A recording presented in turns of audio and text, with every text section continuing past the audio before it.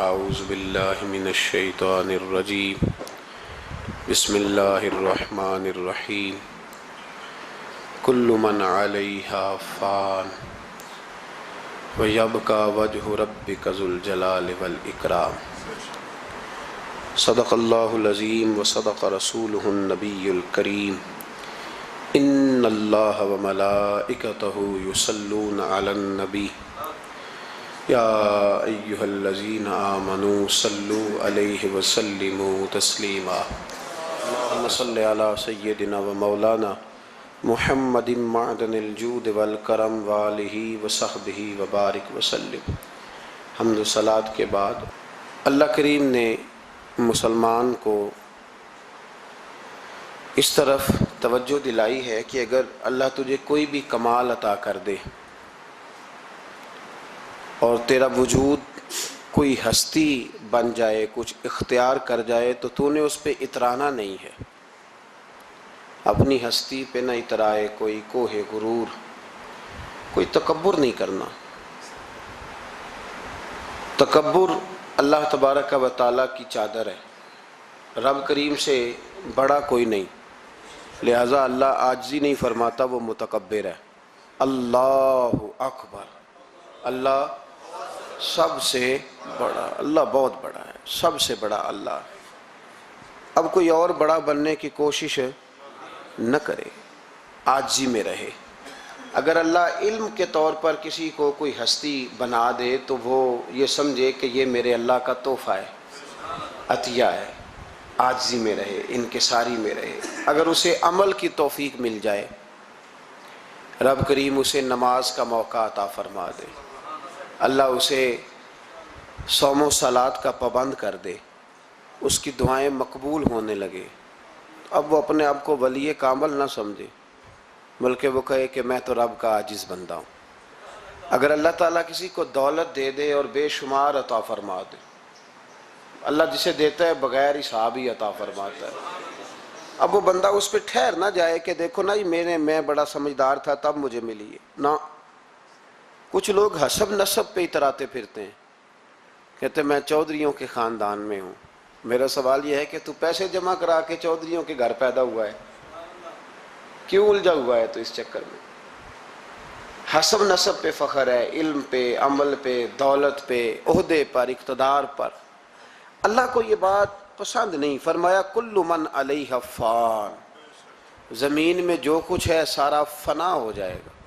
دیکھیں لفظ کیا ہیں قرآن پاک کے، یہ نہیں فرمایا ختم ہوگا، یہ نہیں فرمایا موت آئے گی، یہ نہیں فرمایا مٹے گا، کل من علیہ فان، فنا ہی ہو جائے گا، صفحہ ہستی سے نام اور نشان مٹ جائے گا، تمہاری باقیات بھی باقی نہیں رہیں گی، نشان تک مٹ گئے ہیں قبروں کے۔ یہ شہر اتنے پرانے نہیں، صدیوں پرانے نہیں یہ شہر کہ 1000 سال ہو گیا یا 2000 سال ہو گیا، یہاں بھی کسی قبر کو کھودتے ہو تو ہڈیاں نکل آتی،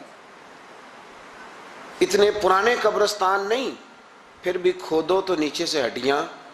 تو رب فرماتا ہے کل من علیہ، جو کچھ زمین میں ہے سارا، تو یا اللہ بچے گا کیا؟ فرمایا وَيَبْقَى وَجْهُ رَبِّكَ، بچے گی تیرے رب کی ذات، ذو الجلال والاکرام، جو بڑی عظمت والا ہے اور بڑی بزرگی والا ہے۔ کچھ اولیاء اللہ بچ کیوں جاتے ہیں؟ اس لیے کہ فَاذْكُرُونِي أَذْكُرْكُمْ، اللہ فرماتے ہیں تو مجھے یاد کرو میں تمہیں یاد کروں گا۔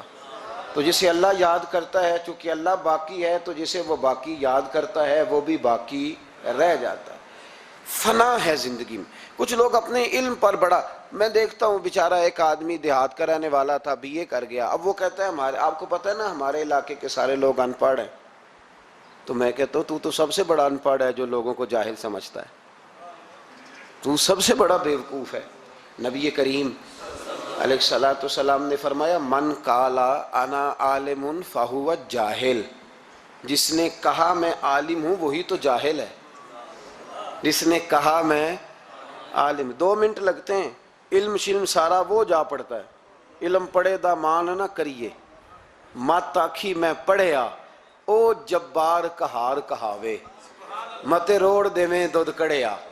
خبردار، اگر 2 ایڑے ترچے لفظ آ گئے تو جاہلی کہنے لگ گیا ہے، ان پڑھ ہی کہنے لگ گیا ہے۔ علم کا بہت بڑا غبار لوگوں کو چڑھ گیا ہے، بہت بڑا۔ کہتے ہیں جی بڑی ضرورت ہے جی، بڑا دیکھے نا جی یہ بندہ بھی ان پڑھ ہے وہ بھی ان پڑھ ہے۔ تو میں نے کہا علم اگر تیرے پاس ہوتا تو اخلاقیات والا ہوتا، تو کسی شخص کے پر کوئی کسی قسم کے جاہل ہونے کا فتویٰ نہ دیتا۔ علم کا غرور، یقین کریں لوگ سلام نہیں سیدھی لیتے، کہتے ہیں میں پڑھا لکھا ہوں جی، میں پڑھا لکھا ہوں۔ ایک صاحب ایک دفعہ مدرسے میں آ گئے تو کہنے لگے کہ فلاں علامہ صاحب کی تعلیم کتنی ہے؟ میں نے کہا آپ کی کتنی ہے؟ کہنے لگے میں نے ایم اے بی ایڈ کیا ہوا ہے۔ تو میں نے کہا ہمارے چوتھے سال کے درس نظامی کے بچے کے پاس آپ بیٹھیں، پورا نہیں، تیسرے چوتھے سال کا، تو آپ چھوڑیں ایم اے بی ایڈ کیا ہے، آپ اردو ادب پہ بات کریں، ہم عربی انگریزی کی بات ہی نہیں کرتے۔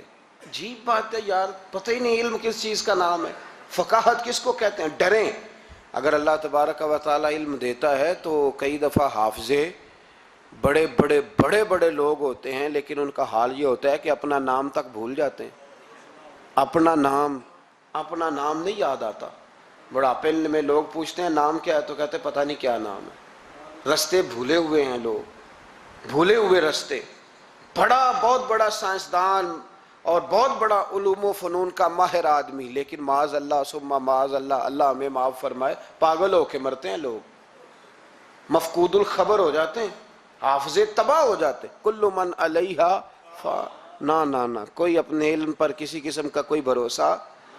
امام غزالی کہتے ہیں بنی اسرائیل کا ایک بڑا نیک آدمی تھا، جس طرح 5 نمازیں پڑھنے والا سب سے نیک نہیں ہو جاتا، تو باقی سارے ہی گناہ گار نظر آتے ہیں، سارا دن بحث ہی کرتا رہتا ہے، یہ بھی نہیں پڑھتا نماز، یہ بھی نہیں پڑھتا، وہ بھی نہیں پڑھتا۔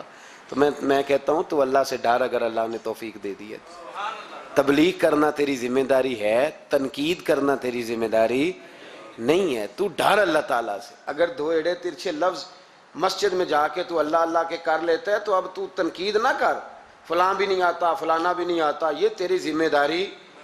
تو تبلیغ کر، جا کے اسے کہہ، جو میں بات عرض کر رہا ہوں اس پر غور کریں۔ یہاں بیٹھ کے بحث کرنے کی اجازت نہیں کہ فلانا بھی بے نمازی ہے فلانا بھی بے نمازی ہے۔ حکم یہ ہے کہ اس کے گھر جا، دروازے پہ دستک دے کر بھائی آ نماز پڑھنے چلے۔ جو کام کرنے والا ہے وہ کرتے نہیں، اور جو نہیں کرنے والا اس پہ بحث ہو رہی ہے، فلانا نہیں آتا، بڑی روٹی ہے، بڑا پیسہ ہے، مسجد نہیں، یہ تو ہے ہی نہیں تیرے کرنے والا کام۔ تو جا کے پیغام دے۔ بنی اسرائیل کا ایک شخص تھا تو بڑا عبادت گزار تھا، بڑا نیک تھا، بڑا پرہیزگار، ایک گناہگار بیچارہ۔ اس نے دیکھا کہ وہ درویش صاحب، صوفی صاحب، نمازی صاحب، حاجی صاحب بیٹھے ہوئے، میں بھی پاس جا کے بیٹھتا ہوں، شاید مجھ پہ بھی اللہ کرم نوازی کر دے۔ میں بھی پاس جا کے، اللہ اکبر، میں کہتا ہوں کیا بات ہے اس گناہگار کی، جو اپنے آپ کو گناہگار تو مانتا ہے نا، کیا بات ہے اس کی۔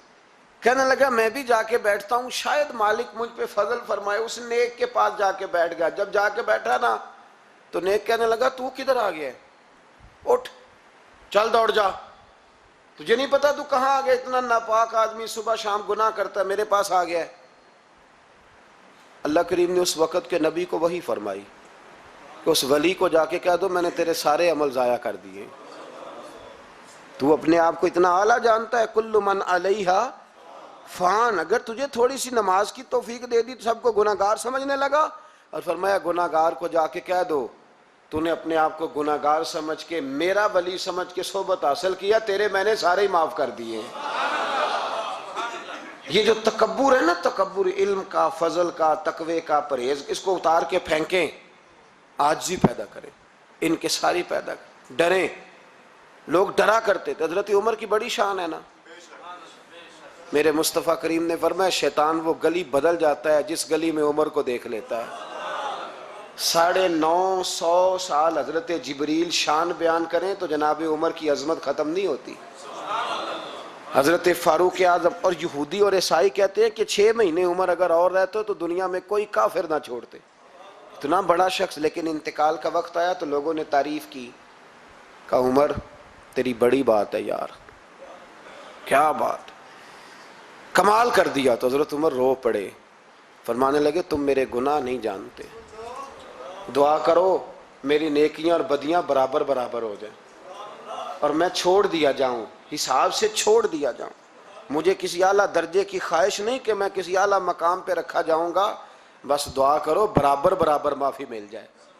یہ ان لوگوں کا احساس تھا جن کے تقوی کی گواہی خود رسول پاک نے عطا فرمائی ہے، ان لوگوں کا یہ عالم ہے۔ اور تیرا میرا یہ حال ہے